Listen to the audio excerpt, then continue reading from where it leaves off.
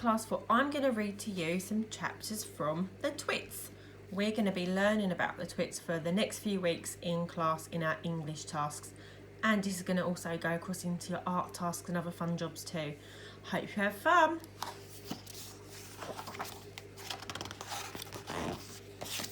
Chapter 1, Hairy Faces. What a lot of hairy-faced men there are around nowadays.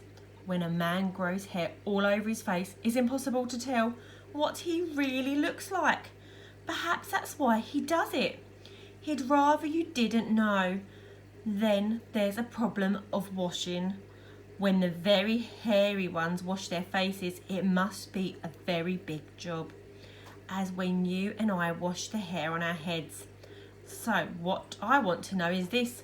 How often do all of these hairy-faced men wash their faces? Is it only once a week like us on a Sunday night? And do they even shampoo it, Class 4?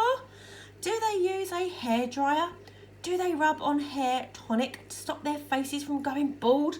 Do they go to a barber and have their hairy faces cut and trimmed? Or do they do it themselves in front of the bathroom mirror with the nail scissors? I don't know. But next time you see a man with a hairy face, which will probably be really soon when you step out onto the street, maybe you will look at him a little bit more closely and start wondering about some of these things. Chapter 2, Mr Twit. Mr Twit was one of these very hairy-faced men. The whole of his face, except for his forehead, his eyes and his nose was covered with very thick hair. The stuff even sprouted in revolting tufts out of his nostrils and his ear holes.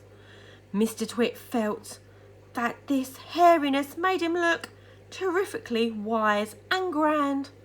But in the truth, he was neither of these things.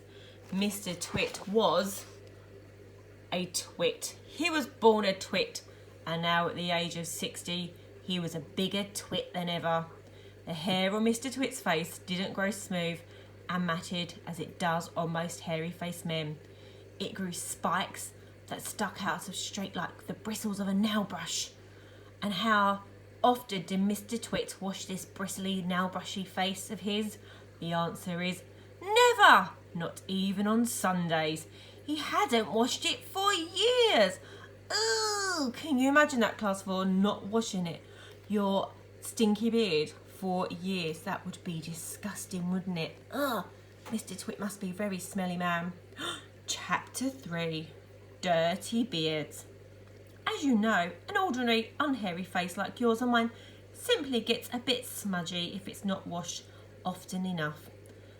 And there is nothing so awful about that. But a hairy face is a very different matter. Things cling to hairs, especially food.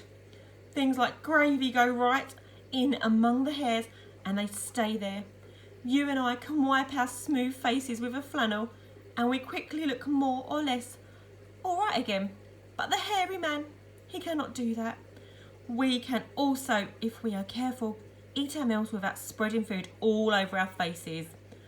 But not so the hairy man. Watch carefully next time you see a hairy man eating his lunch.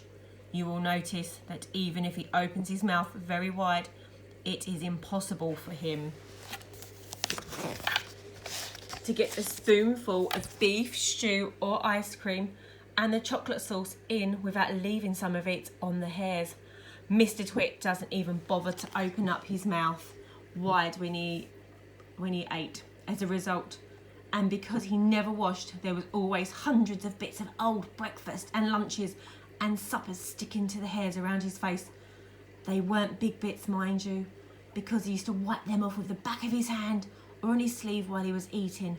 But if you look closely, and not that you'd ever want to, you would see tiny specks of dried up scrambled eggs stuck to his hairs, and spinach, and tomato ketchup, and fish fingers, and minced chicken livers, and all the other disgusting things that Mr Twit liked to eat. And look, there he is, Class 4. Ew, disgusting, yuck. And look, if we look closely, look, there's a picture of his beard. It says we've got tin sardine and Stilton cheese And there's a cornflake stuck in his beard too. Ugh, that is disgusting. If you look closer still, hold your nose, ladies and gentlemen. If you peer deep into the mustachio bristles sticking out all over his upper lip, you would probably see much larger objects that escaped the wipe of his hand and things that had been there for months and months. Ugh, like a piece of maggoty green cheese. Ugh, or a mouldy old cornflake. Or even the slimy tail of a tin sardine. Oh, can you imagine how disgusting and stinky that would be, Class 4? Because of all of this, Mr Twit never went really hungry. By sticking out his tongue and curling it sideways to explore the hairy jungle around his mouth, he was always able to find a tasty morsel here and there just to nibble on. What I'm trying to tell you is that Mr Twit was a full and a smelly old man. And he was also extremely horrid old man, and you will find out more about him in a moment. And that's it, we're going to stop there because next week we're going to look at Mrs Twit.